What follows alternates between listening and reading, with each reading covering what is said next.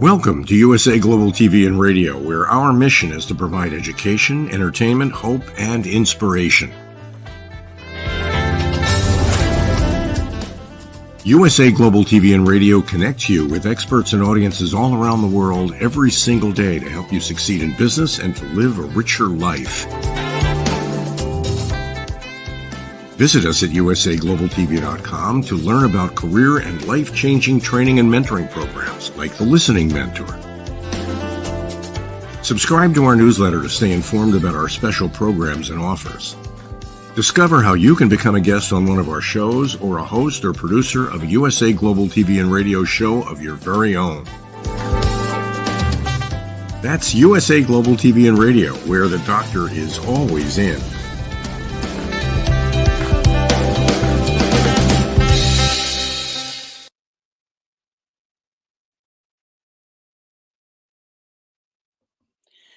A very, very good day, good morning, good evening, good afternoon to you, wherever you are in this world. I am hugely excited to be introducing our amazing guest on this Live, Learn, Teach, Inspire episode, which we run once a month, and we invite incredible, unbelievably talented people who can really go down that route of living. They've lived, they're learning, they're teaching, and they're inspiring. And today I am going to be taking you into an introduction on a woman that I've had the privilege of working with, of coaching with, and who's come through our Train the Trainer program many, many years ago. This is Dr. Justina Mutale, who has basically been globally acclaimed as one of the most influential and inspirational African women. In 2012, she was named African Woman of the Year, sharing a platform with various African heads of state. Dr. Mutale is a global impact visionary leader with over 30 years experience working in the diplomatic and international development setting. And she is an internationally development expert, a human rights activist, a gender advocate, and has been a philanthropist. She's an international leader. She has written incredible books, The Art of Iconic Leadership, Power Secrets of Female World Leaders, and is a co-author of the highly cerebral book, Women on Corporate Boards, an international perspective. In addition to contributing to several other global publications and books on leadership, gender equality, diversity, inclusion, including the most incredible Forbes magazine, which, as you all, I'm sure, are aware, is not an easy magazine to get featured on the cover of. Dr. Mutale has for years consistently advocated for gender equality and the empowerment of women and girls. She is the founder and president of her own organization, which is the Justina Mutale Foundation, and it's got a huge scholarship program for underprivileged African young women. And Dr. Mutale serves as the vice president of the United Kingdom's National Alliance of Women's Organizations, which is based out of the UK, and serves as a global envoy which is headquartered in Atlanta, Georgia, in the United States of America. And through her foundation, Dr. Mutale advocates for gender equality and the empowerment of women and girls in political leadership and economic empowerment by providing leadership and entrepreneurship training, mentorship, and coaching. The foundation also advocates for the retention and completion of tertiary education for young women and girls from rural and disadvantaged communities throughout Africa by providing them with university scholarships and access to incredible tertiary education around the world. And lately, in Justina's words, from our ancestors come our names, but from our virtues, our honors. Your work in the world can only be undertaken by one person, and that's yourself. All of us have our part to play, and our work can be called a success only when in some way it serves our fellow man. And this is fundamental. And this really leads on to this incredible honorary award that Dr. Justina Mutale has been honored with by the United States 46th President. It's the Global Award of Voluntary Services. And ladies and gentlemen, I hope I haven't bored you with that incredible introduction, but I could go on and on and on. Without further ado, I really would like to introduce and bring Dr. Justina Mutale in to the studio. Thank you, Philip. Thank you very much for that flattering introduction. Sometimes I think, is that really me? As you know, women are full of what is called the imposter syndrome, and I think that is why I had to write the book on the art of iconic leadership, because I got tired of where, as an a gender advocate, I got tired of hearing people say that. We have a deficit of women in leadership because young women and girls have got no role models to inspire them into leadership. So I had to come up with this book to show them that this can be done, and this has been done.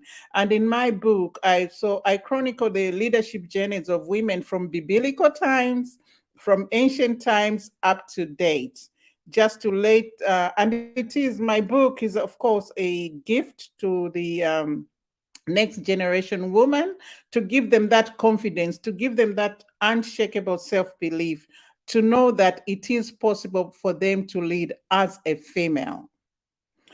So, although that is the intention of my book, but in this book, of course, I highlight the characteristics that the modern day leader should have, because we live in very trying times. For example, the past 3 years we've been in through the world has been through very traumatic times of COVID-19, and we are still facing the war on the Ukraine, which has impacted on many countries. We have the inflation, we have the rising cost of living because of the rising cost in fuel. As soon as the rising cost in energy or fuel goes up, every other commodity, every other item price will go up. And for I come from Africa. In my country, Zambia, and also, of course, in Africa, a lot of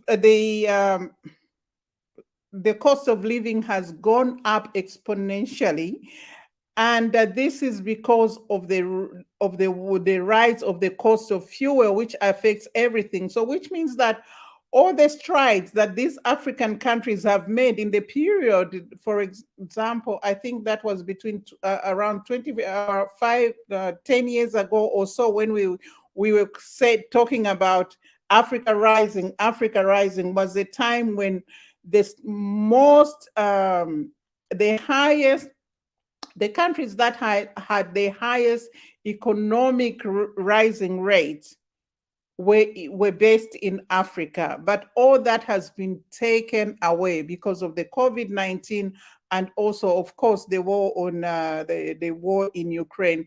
So you find that everybody, whether it's in Africa or in the Western world, everybody is disillusioned because we have all these problems, both in our own personal and, of course, professional, in our professional lives.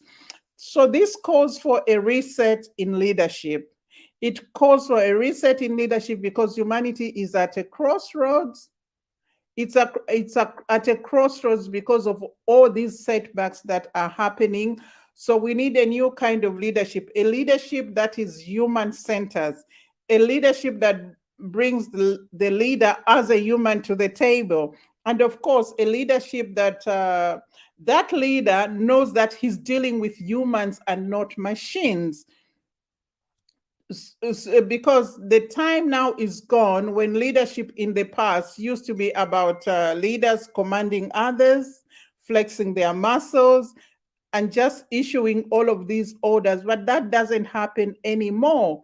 I will quote General Schwarzkopf, who, before even this time, he commanded Desert Storm, which was a 39 country military coalition that happened when Iraq invaded Kuwait.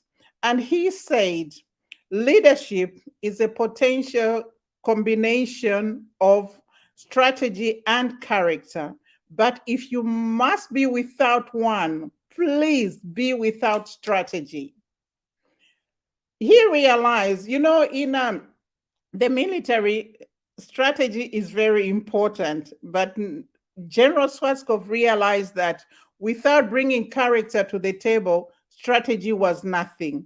Without bringing his own character to the table, his troops would be doomed. Those troops from the 39 countries that was the coalition against Iraq would be doomed. You have to have a strong character to bring with you in order to command a thing like 39 people from 39 different characters, the countries with different beliefs, different religious beliefs, different cultural beliefs, different ways of looking at life, different ways of thinking, different ways of attending to things that come in front of them. So this takes character, and character is what is someone's power.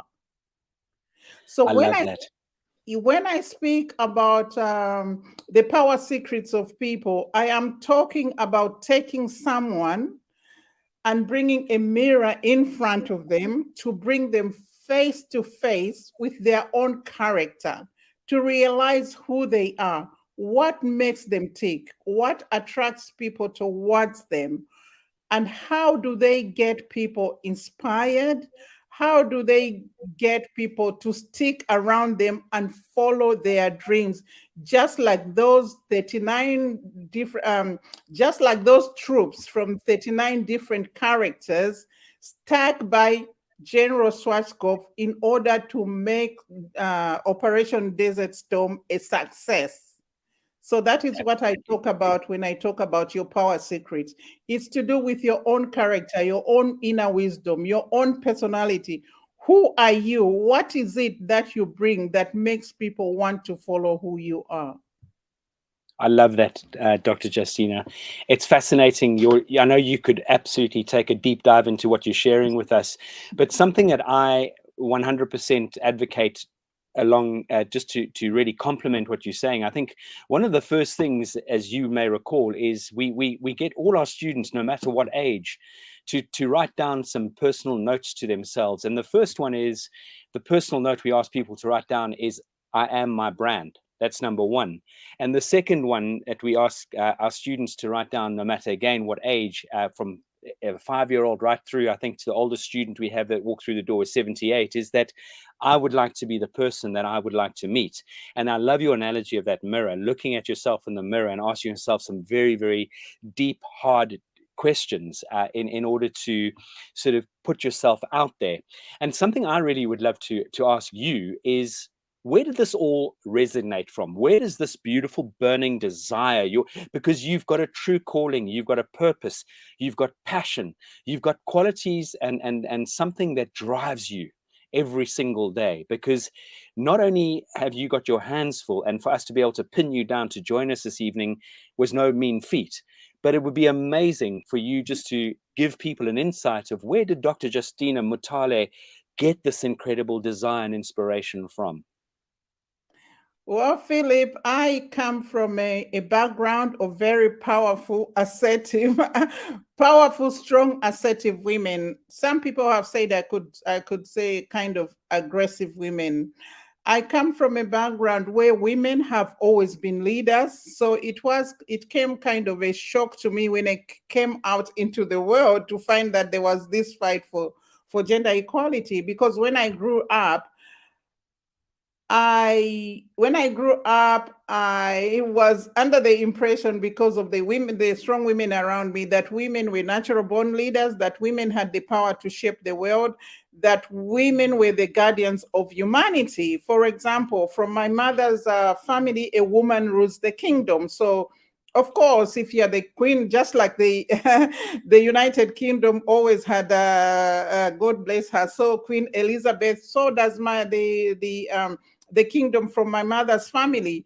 But also, although in my father's kingdom is patriarchal, it didn't stop one powerful, assertive, strong woman to rise up and start a movement that shook the political foundations of my country, Zambia. So it was kind of a shock for me to come out to the world and find that there's this fight for gender equality, that women's leadership were not considered to be important in public life.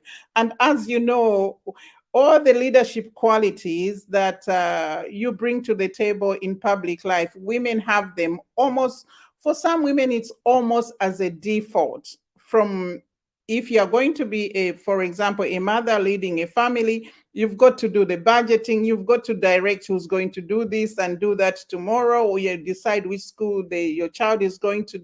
And of course, you also mediate all these sibling rivalries. And this is, I think, is a skill that women bring to the table. For example, I've heard it said somewhere that if women ruled the world, there would be no wars, because no woman really wants to send their own child to war. That where if countries disagree, perhaps maybe as women have it, they'll stop talking to each other for a few days, but no one is really wanting to send their own child to war. And of course, in recent years, we have seen that some of these skills, what have been considered to be soft skills, and of course, they've been considered to be feminine skills, are the leadership skills that are required now in the kind of world that we live in now. Because humanity is now at a crossroads, having suffered so many setbacks, which include COVID-19, and of course, like I said, the war in the Ukraine, and a lot of other stuff. As a leader, one needs to come to the table as a person. They also need to realize that they are dealing with people. So we need a reset in leadership. We need a human-centered leadership. A human-centered leadership that realizes that I am dealing with people. A human-centered leadership that is authentic. You bring yourself to the table as a human, because in the times that we are living in, you cannot come to that table as a leader and start flexing your muscles and start commanding people around, because the people that you're working with or dealing with have got other issues that they are coming with from where they are coming from. And I know that what every human craves in this world is love, appreciation, respect, and of course, reward. So that is the kind of leadership that we need these days. And that is the iconic art of leadership as stated in my book. Justina, yeah, amazing. And I would love to add to that. And I know it's a word that you absolutely embrace, is kindness. And from where we stand in the research we do as an organization, you couldn't have put that more clearly, because something that we've really looked deeply into in this fourth industrial revolution, there's this very strong me, myself attitude. There's definitely a loss of people looking out for one another and having that what can I do for you attitude. How can I support you and how can I help you? And I want to go back to what you shared earlier. And as you know, I'm a huge advocate of women. And you're so right. They do everything. I always use the analogy, in general, in the old school days, husband went off to work, husband came home, and all the washing was folded and put back in the cupboards, food was on the table, kids were bathed and fed and educated, blah, blah, blah. How did this all happen? Well, there's someone called the magic, amazing wife, woman, mum, the person who takes control of all of this behind the scenes. And this is something that really I hold big respect for. And the other thing is, if you want to educate anyone, share or show a woman something and she will educate a village. And this is something that I'm leading into right now. And I think, again, you mentioned earlier that you come from an incredible background with very strong leadership mindset, mentality, woman who spurred you on, your dad's side of the family spurred you on. And I feel, again, through our research, we're doing some incredible work with a gentleman who talks about what are we protecting, what are we hunting, and what are we gathering? What are we focusing? Where is that community, that sense of community gone? And that has been lost. Yes, as you know, also in my research and as a gender advocate, but this is also a common theme that's been going around. It says that if you educate a woman, you educate a whole community. If you educate a man, you educate an individual. This is because, in every human, we have two spirits. We have the masculine spirit and, of course, the feminine spirit. And the feminine spirit is more prominent or dominant in women. And then the masculine spirit is more prominent or dominant in men, although you will also find a crossover where some women have got a predominant masculine spirit, and also that I think they call them alpha females or something like that. And then you find that there are some men who have a predominant feminine spirit. But because the majority of women have the predominant feminine spirit, the feminine spirit is about the masculine spirit. Let me start with that. Is about me, me, me. It's about the self. And that is where you find in a lot of men. For example, when you look around and see in the world the way things happen, that sometimes men can go out of the way and have a child out of wedlock. They would never even look back to see how that child is doing. But most of the time, women, no matter who they have that child with, that child will be their responsibility. They won't have to look at that child. Look after that child. But the feminine, this is because the feminine spirit is about building. It's about building the community, building the society, building the nation, building the country, and of course, building the world, and of course, enabling humanity. So this is where you find that when you educate a woman, you educate the whole world, because a child that is born of a woman, a highly educated woman, will go into education, will go as far as they want to go in education, unless that child just decided, I don't want to go this way. And of course, it's a very difficult bargain with the mother, because then they will be pushing that child to go. And of course, a child that is born of an affluent woman will lead an affluent life. A child born of a poor woman, even if the father was a rich person, will lead a poor life. So this is where you find that the feminine spirit, for me, I believe that the 21st century is a time to tap into feminine wealth. It is a time for us to bring feminine wealth into leadership. It is the only way that, for example, the United Nations can achieve what their aspiration for progress for all, and prosperity, and human prosperity and progress for all. Only when we can achieve gender equality. In fact, I'd go further, only when we can have women in leadership. So in my gender advocacy, I am advocating for what the United Nations calls a 50-50 planet. And this is where at every high level decision making table, at every table that decides the direction of the world, we should have 50% perspective of women and 50% perspective of men. Because for a long time, the world has been run on perspectives of men. And this is where the world is. We need to bring in the feminine spirit into leadership. We need to bring in the women to the table, because women have all the natural attributes that make someone a leader. Women have got all the natural attributes that make someone the 21st century leader. They tap into their natural wisdom. For example, when a woman has a child, even if it's just for the first time, for some reason, at some point, they'll realize when that baby cries, whether the baby is crying to have their nappy changed, or the baby is crying to be fed because they are hungry, or even when the baby is just uncomfortable in where they have put them. So women bring this high emotional intelligence to the table, so to speak, and those are one of the powers that I articulate in my book.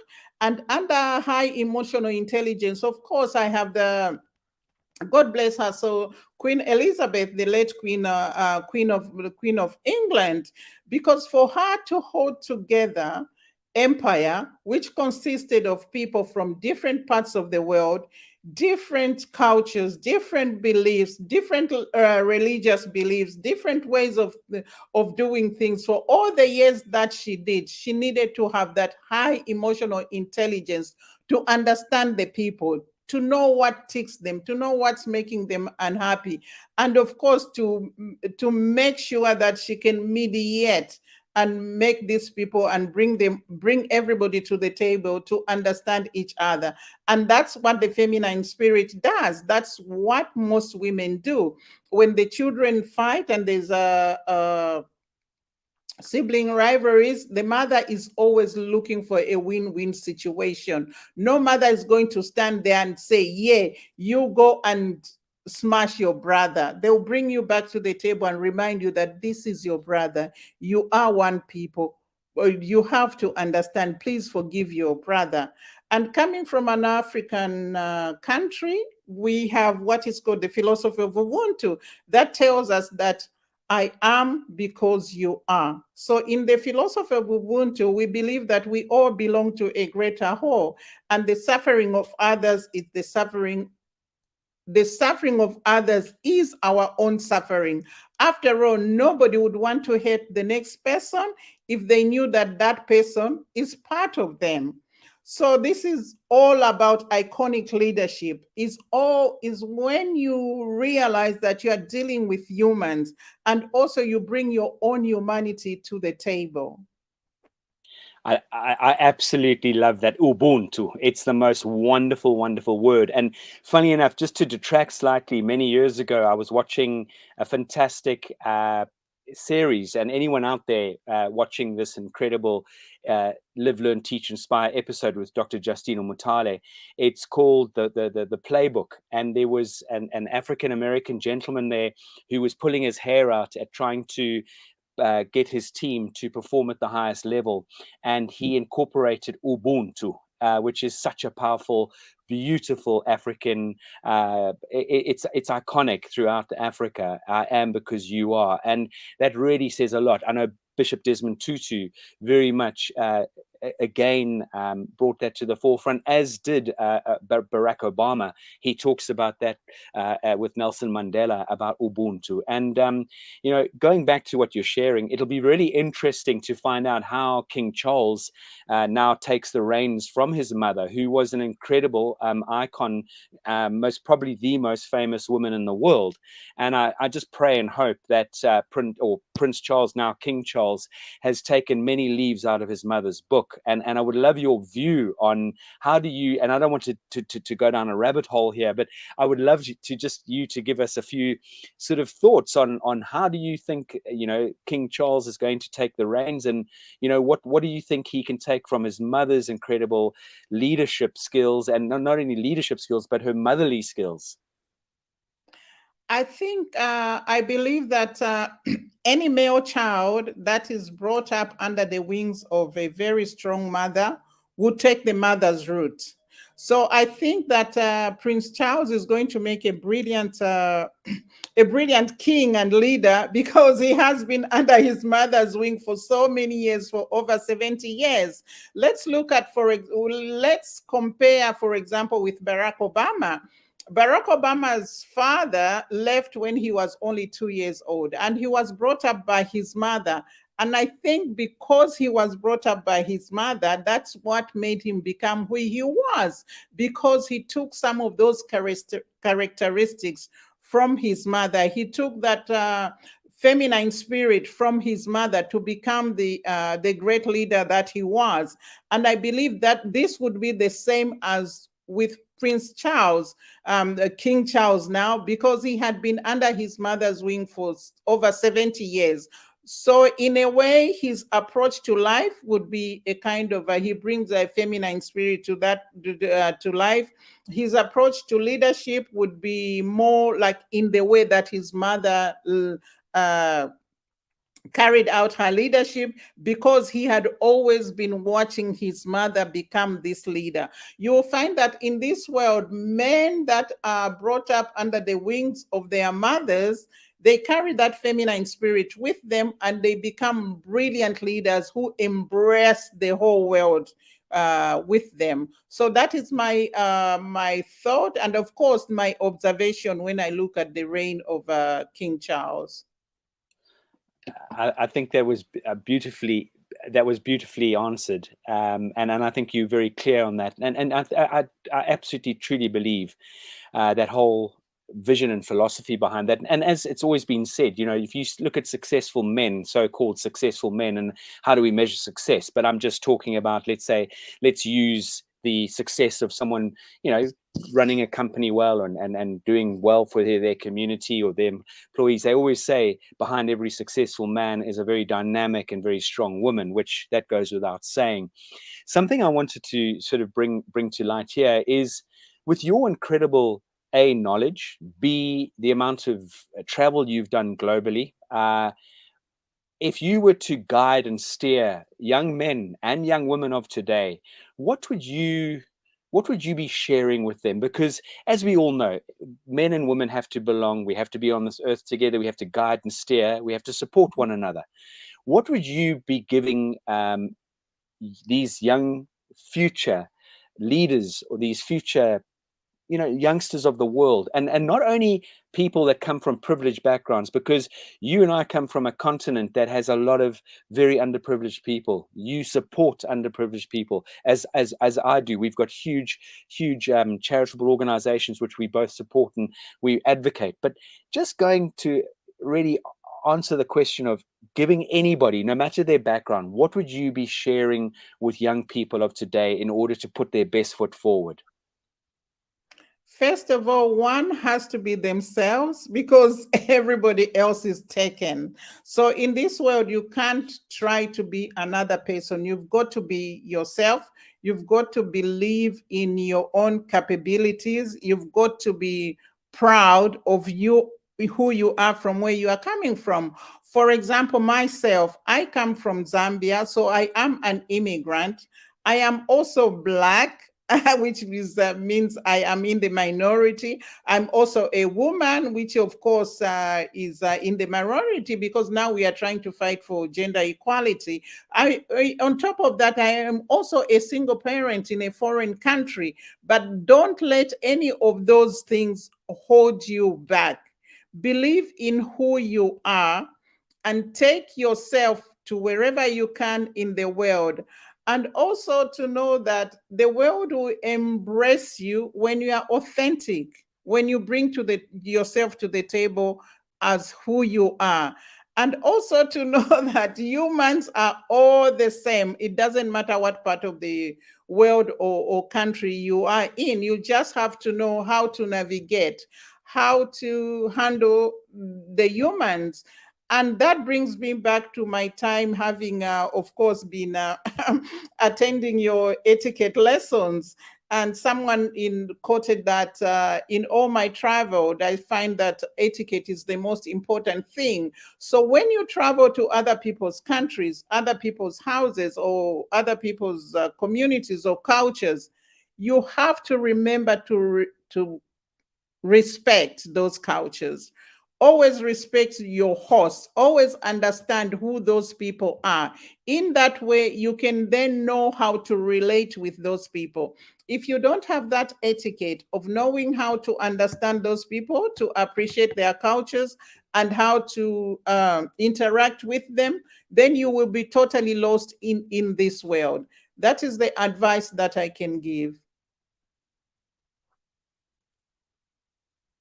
I absolutely love that, and it is so true. Yeah, as you know, we advocate the power of etiquette and manners along with your emotional intelligence, and this is something that I know you have 100% hands down portrayed in your whole journey, in character and in who you and who and how you engage with people.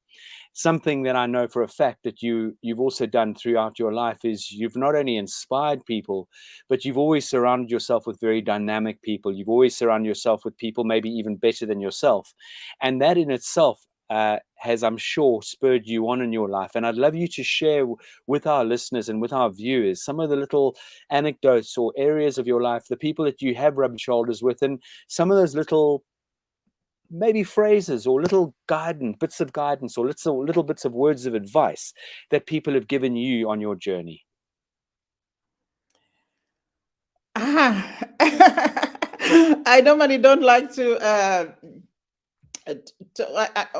I read somewhere somebody did say once, and this is a quote that I have used before, that in the world we now have 8 billion people, and no matter how wide you travel, you meet a few special people.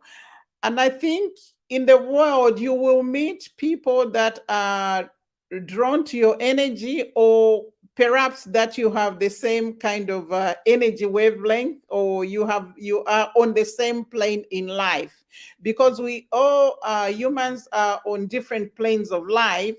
There are some that I don't know what way to use, but sort of are not fully awake.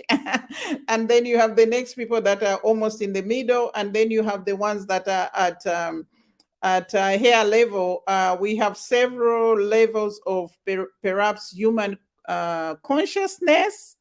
And so as we travel along in the world, we will attract those people who kind of have our own energies. So this is where I bring in the art of iconic leadership and the power secrets. Because once you realize your power secrets, you will be able to draw those people that can recognize the kind of energy that you have. For example, most in my research to write my book, I realized that most the world's most iconic leaders have managed or have realized how to access and utilize their power secrets. People like, for example, Martin Luther King, Mahatma Gandhi, Nelson Mandela, Barack Obama, all those people knew what their power secret was, and they utilized them to have people unreservedly follow them.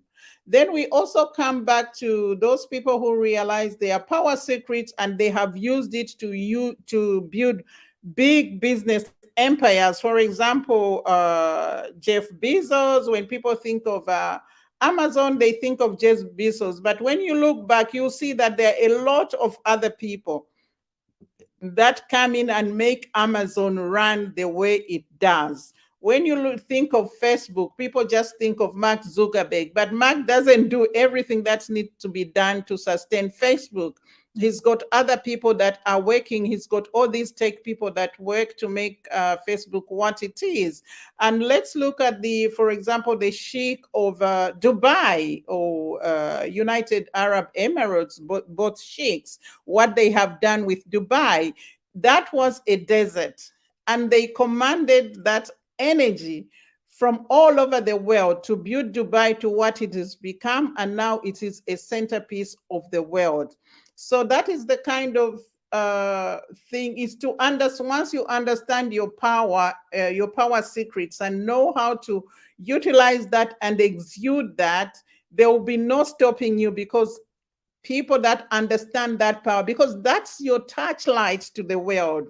That is the light that will bring people to you. But of course, not everybody has the same light. There are different kinds of lights. Like I have said, Jeff Bezos has a different kind of light. Mark Zuckerberg, and of course the Sheikh of Dubai, and of course, for example, Elon Musk. So all of these you've got. Once you know your power, I think you will be able to find your path in life. You will be able to find the people who are almost on the same energy wavelength as you. You will be able to find the kind of people that are almost on the same level of consciousness as yourself.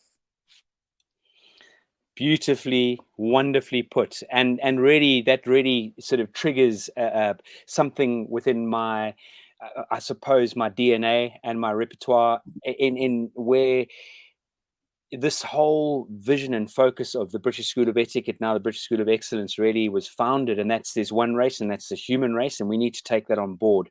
Secondly, I think where you have really sort of hit the nail on the head, this is about finding your personal brand, personal branding. Who are you as an individual? And let's take the spotlight off our weaknesses and put the spotlight onto our strengths. And when we can tap into our incredible strengths, we can really shine. And as you said, we shine different lights. We become a beacon, and different beacons get picked up by other beacons. And this, in my journey and in our collaboration with people such as your wonderful foundation and other organizations out there, it is finding people's. So I suppose if everyone had a keyhole, it's finding the correct key to place into that keyhole and turn it and open that door and giving people that opportunity. Indeed, that is what it's all about. And in fact, I'll be running a course on the Wealth Elevation Academy, which is based in Georgia, Atlanta. And this is a whole full course on how you can tap into your powers, how you can, one, access your power secrets, two, how you can utilize them, and how you can exude them. This is the course will let all the attendants, everybody that participates on that, to be able to recognize their power. What power do they have in the world? Is it the power of vision? Is it the power of purpose? Is this the power of clarity? Is it the power of faith? Or is it the power of self-belief and the power of resilience? For example, in my book, I chronicle the leadership journeys of the most iconic women leaders of the world, that the ones that I consider the one I grew up recognizing, the ones I still recognize their powers up to today. So I start from biblical times up to date. So in my book, for example, under the power of resilience, I have Winnie Mandela. Winnie Mandela was resilient in the way that she handled her role in bringing South Africa to get its independence, because her husband, at a young age, with 2 young children, her husband, Nelson Mandela, was taken away and put in prison. But Winnie stayed as the connection between Mandela and the world. So if at any point Winnie Mandela had faltered and decided on her way to Robben Island that, oh, I'm so tired, I'm not going to do this anymore, South Africa would not be the South Africa that it is today.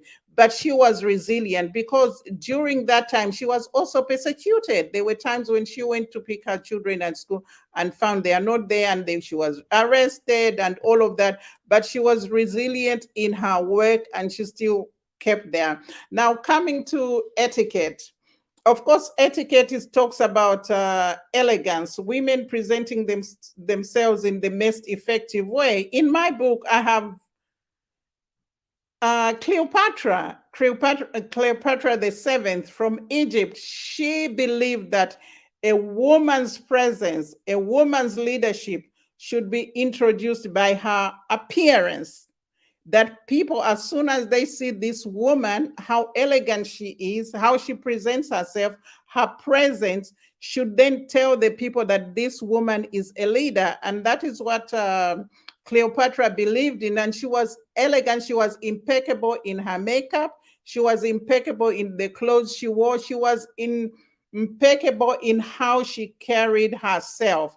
And these are some of the lessons that you get, for example, from the British School of Excellence. We have the lady from Nigeria, Ngozi Okonjo-Iweala, who is now the Director General at the World Trade Organization. I have her under the power of intellect. And this shows how intellect can take you to places where you thought you would never be. Because this lady, she had worked at the World Bank as a director at the World Bank.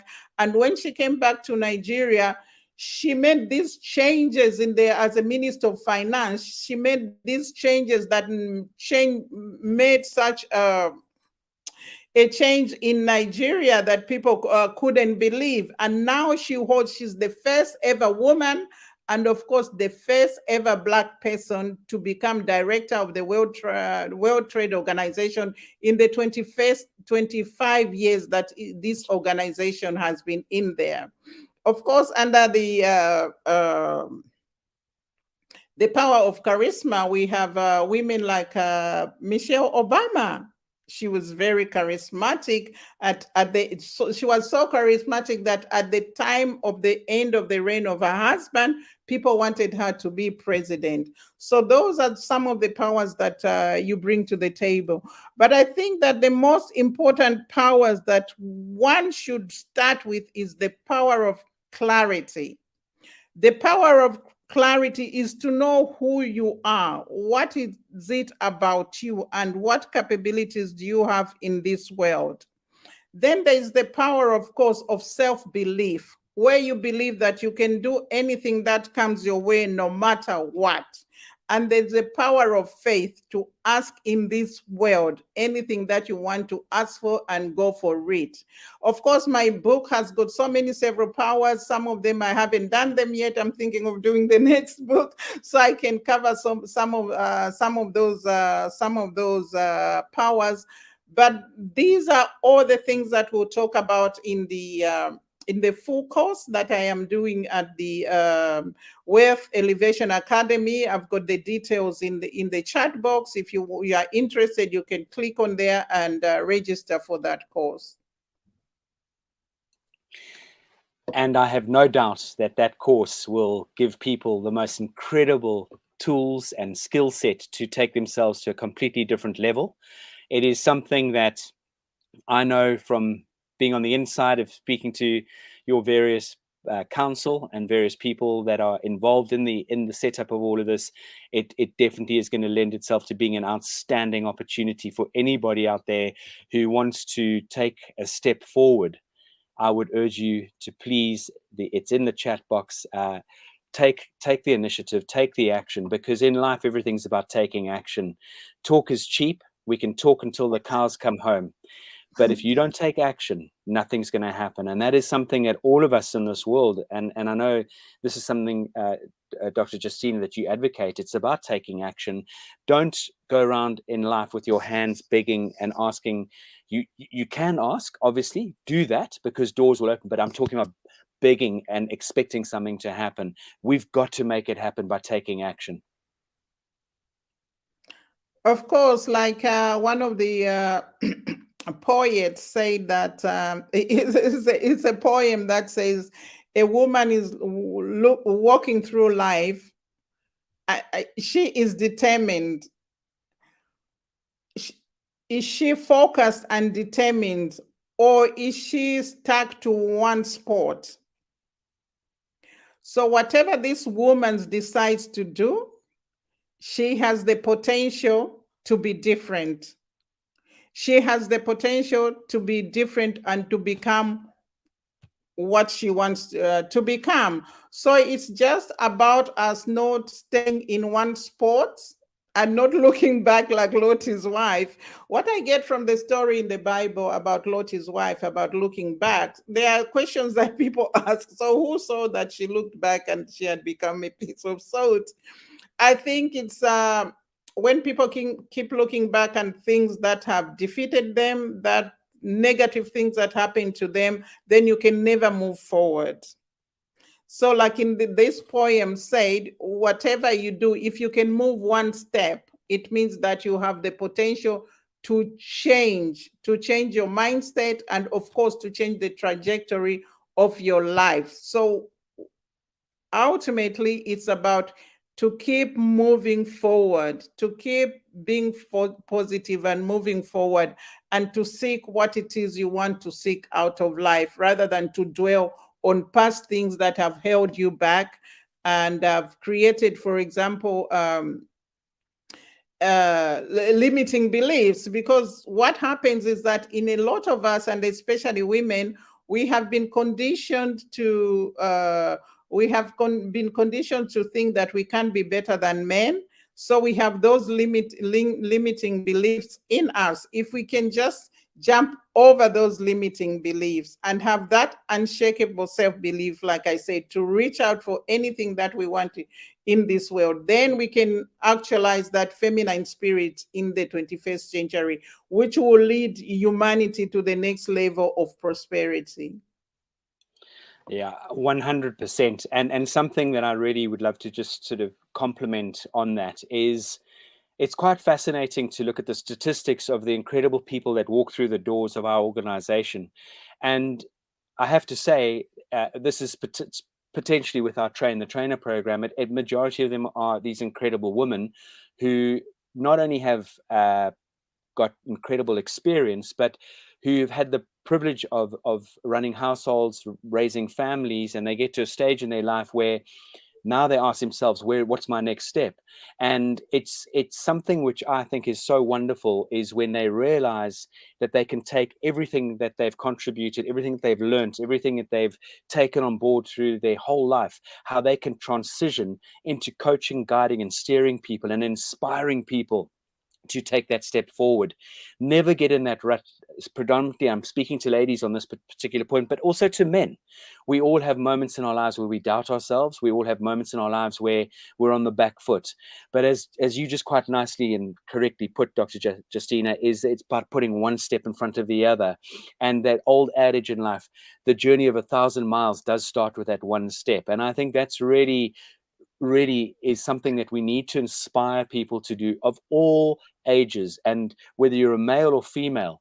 And I know, Dr. Justina, where you come from, it's not about woman. You're incredibly dynamic in every sense of the word when it comes to gender. But I'm behind you in let's promote incredible women and give them the tools to put their best foot forward, because this world would be, and I've always advocated it, would be a lot more easy to live in if we had more women in charge and taking the reins. And I don't say that lightly. I really and truly don't. It's something that I truly believe in deeply. I think where we stand as coaches, as people who are trying to make a difference in this world, and we all have this opportunity to do that, ladies and gentlemen. We all have the opportunity to make a change in this world, no matter whether you're male, female, whether you're an it, this, that, whatever you might be in this world. Just understand we've all got something to offer in this world. Of course, Philip, I strongly believe in that. So what my foundation advocates for, it was set up to get women and to inspire women and girls into leadership. But that is so that we can achieve, like I said earlier, a 50-50 planet. That I think God had a reason why he made men, male and female in this world, and that we need to hold our hands together towards achieving human prosperity, because we need to bring the perspectives of both male and female. Because when all tables, for example, now, since Angela Merkel left the G7, I think the whole G7 is filled up with just male. So which means that the perspectives that are decided at that table are all male perspective. There's no female perspective.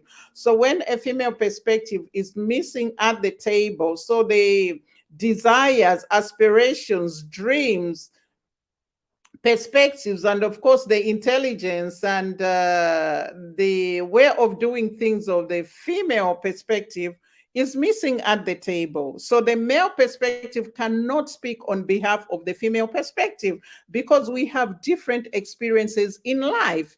I come from a very big family of 13 children, and 7 were male and 6 female. And I can say that even though we were brought up with the same mother and the same father in the same household with the same experiences, the female child from my household has kind of different experiences in life than the male child from that household. That's why at that every high level decision table, we need to have both the male and female perspective. So in this world, from my research, I realized that I think it's only about 7% of the world's government leaders, perhaps presidents and prime ministers, are female. And to think that we have 193 countries in the world. So where does that leave the female perspective?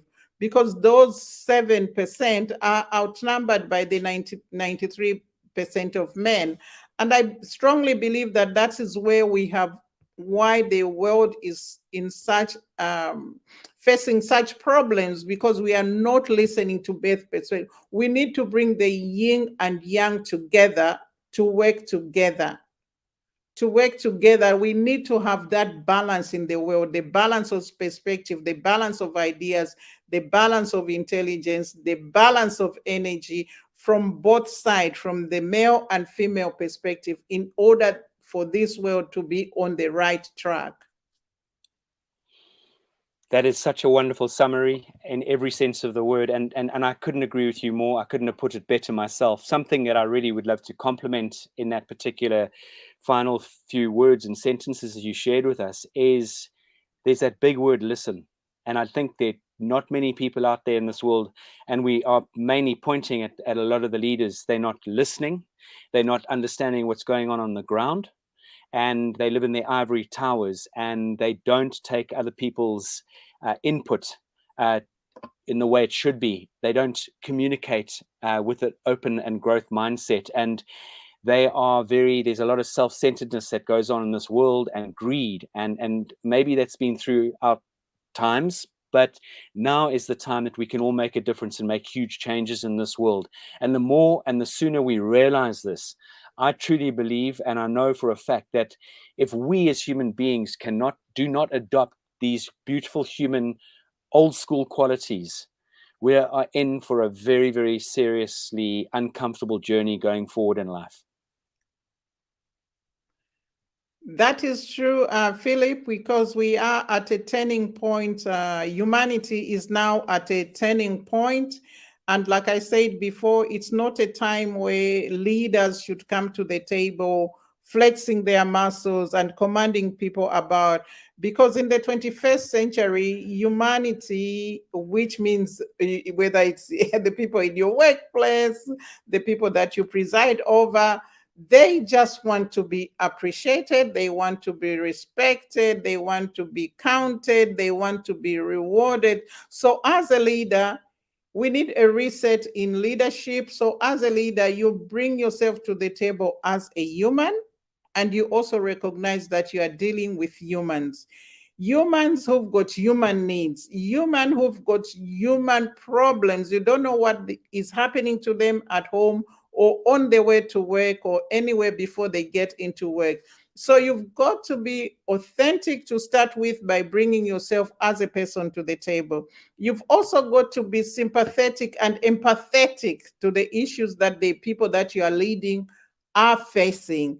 You've also bring that compassion to the table to understand the people, and also to make the people that you are working with or dealing with, that you highly appreciate their contributions to your life, to your work, to the goals that you are trying to achieve together with them. And this takes a lot of, I know that the British School of Excellence is very firm on emotional intelligence. Emotional intelligence is one of the toughest factors, and in fact, it's a predicator of performance, as they said, in the workplace. If you have an emotionally intelligent leader, then people are bound to perform beyond their call of duty. They go that extra miles because you are motivating them. You are sympathetic to them, you are compassionate to them, and of course, you bring humility with you to that table as a leader, but you have humility that makes them know that they can relate with you at the level that they can. And the people, for example, if it's in the workforce, that those workers can feel free to come to you and tell you what problems they are facing, whether it's the problem in their home or on their way to work. Because I know I live in London, sometimes when you try to get on the train, somebody's going to push you. Your bag might go with the train and you are outside. And by the time you get to work, you need to explain this and how that has affected you. So a leader can't be standing there and just demanding performance, performance, performance, without getting into what are you really going through in your personal life. So that is what the art of iconic leadership is about bringing humanity to the table of leadership and realizing that you are dealing with humanity and giving the humans that you are working with the respect, the appreciation, the rewards, and of course, the recognition that they deserve. Justina, I know we could go on, and actually I was going to ask you to conclude, but I think that was such a wonderful conclusion to this incredible hour that's just literally flashed past feels like in seconds. Thank you so much for what you've shared with all of us. It's been opening the mind and giving people the opportunity to really understand your vision and focus and your incredible platform that you've developed and established. You're a true inspiration and you're an authority in the nicest possible sense. You're not a demand and knock people on the head authority, but you really are an authority in exactly what you stand for, what you advocate. And it's only a true joy and a pleasure to be involved in your life and associated with your incredible organizations. And we thank you very much from the bottom of our hearts for you making this time to be with us and to be with this incredible audience, and for the audience for making the time to engage and listen to what we've had to share with you, predominantly Dr. Justina Mutale. So thank you so much. And as that beautiful, gorgeous language of yours, it's Natotala or Zikomo. Thank you so much. It really is just an absolute joy to see you here with us on Live, Learn, Teach, Inspire. Thank you very much, Philip. Thanks to you and the British School of Excellency. And also thank you very much to Jacqueline for the USO Global TV for hosting me today and for giving me such a prestigious platform for people to learn about my experiences, my work, my life, my ideas, and my perspectives on life. Thank you very much.